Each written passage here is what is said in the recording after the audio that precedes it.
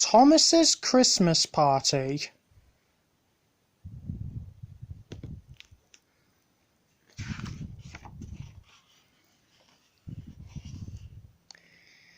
Mrs. Kyndley lives in a cottage by the railway.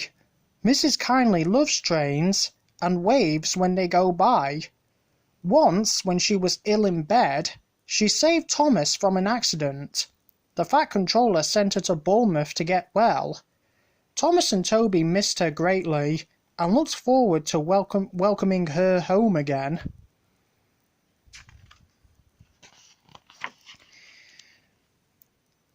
Toby saw her first. "Peep, peep, peep," he whistled. "There's Mrs. Kyndley," and happily rang his bell. His driver, fireman, and all the passengers waved to welcome her home. Thomas was pleased too. His trains were heavy at Christmas time. "I can't do it, I can't do it," he panted sometimes. But Mrs. Kyndley cheered him on. "Oh, yes, I can," he would puff bravely, forgetting the hard work.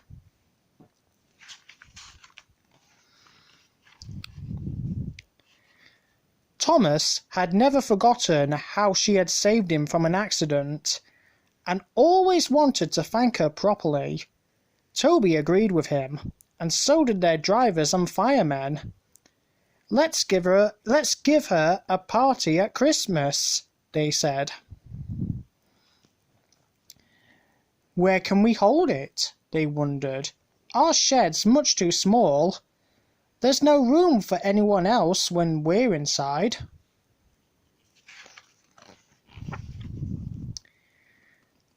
But Thomas's driver wouldn't give up.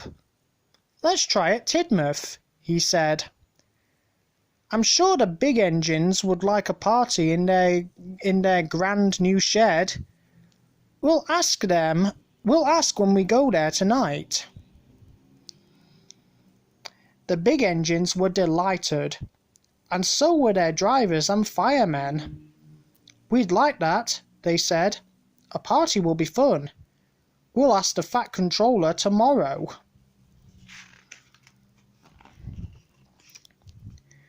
"A party for Mrs. Kyndley," said the Fat Controller.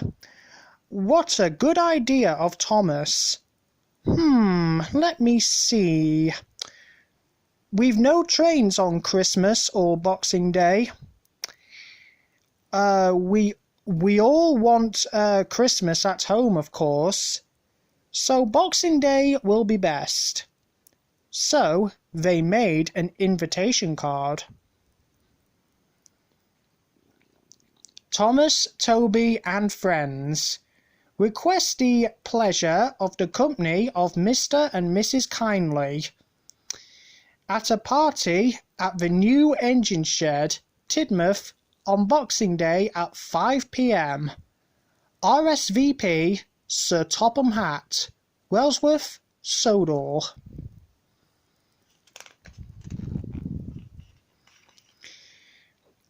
Thomas and Toby were with the big engines in Tidmouth Shed for Christmas, while Annie, Clarabelle and Henrietta joined the other coaches in theirs.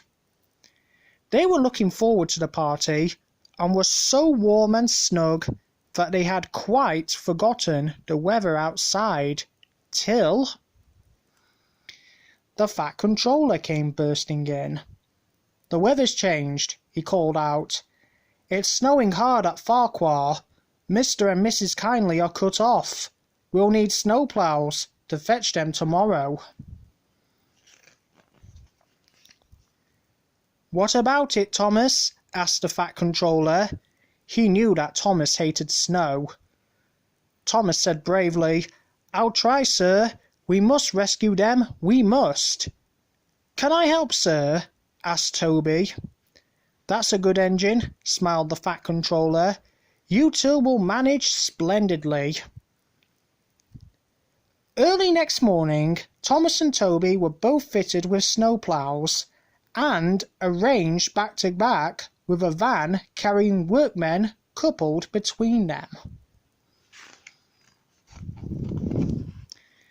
They charged the snowdrifts fiercely. Sometimes they swept the snow aside. Sometimes they stuck fast.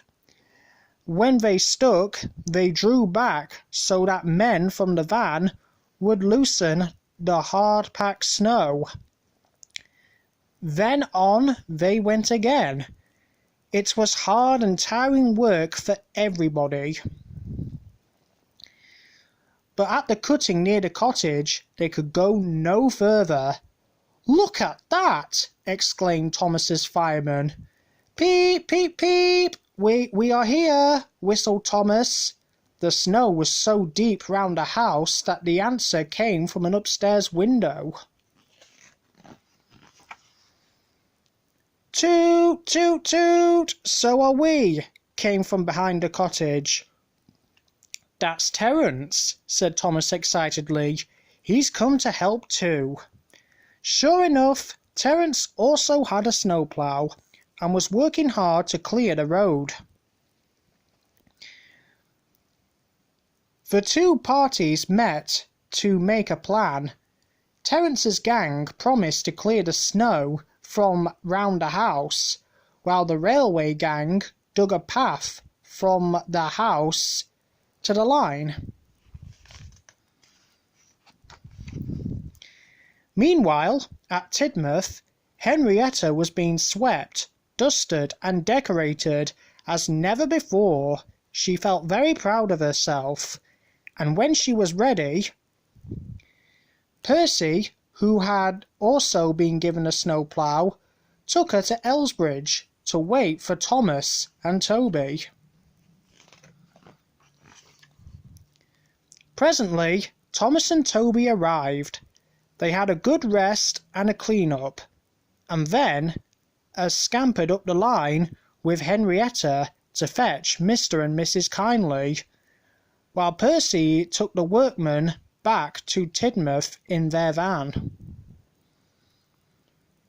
It was dark when they finally reached Tidmouth. The shed doors were shut, there was dead silence, and no one was about. "Peep, peep, peep, peep," they whistled despairingly. "Where is everybody?" Suddenly, a chorus of whistles and cheers came from the shed. Lights in the yard flashed on, and the shed doors slowly opened. Merry Christmas hung in coloured lights inside.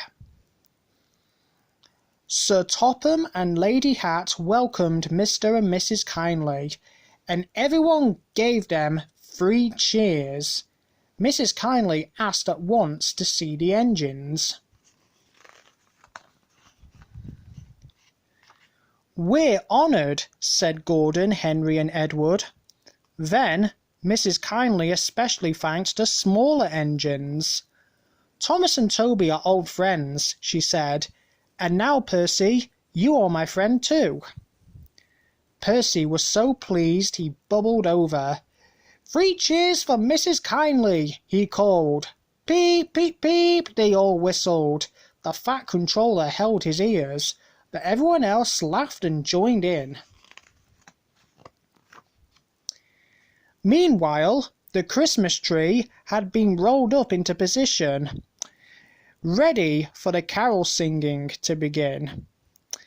They sang all their old favourites till their voices gave out, and then they were refreshed with hot coffee and mince pies. Then they pulled crackers and played games, and had a perfectly splendid time, till all too soon it was time for the party to end. "Ladies, gentlemen, and engines," boomed the Fat Controller, "we are here to honour a gracious lady who last Christmas did our railway a great service. We all hope, Mrs. Kyndley, that you will accept this free travel pass over our railway. May you have a long life and good health to enjoy it.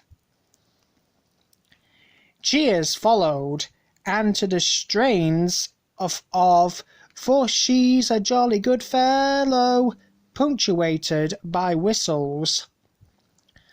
Sir Topham and Lady Hat took Mr. and Mrs. Kyndley away to stay with them at Wellsworth till the weather improved.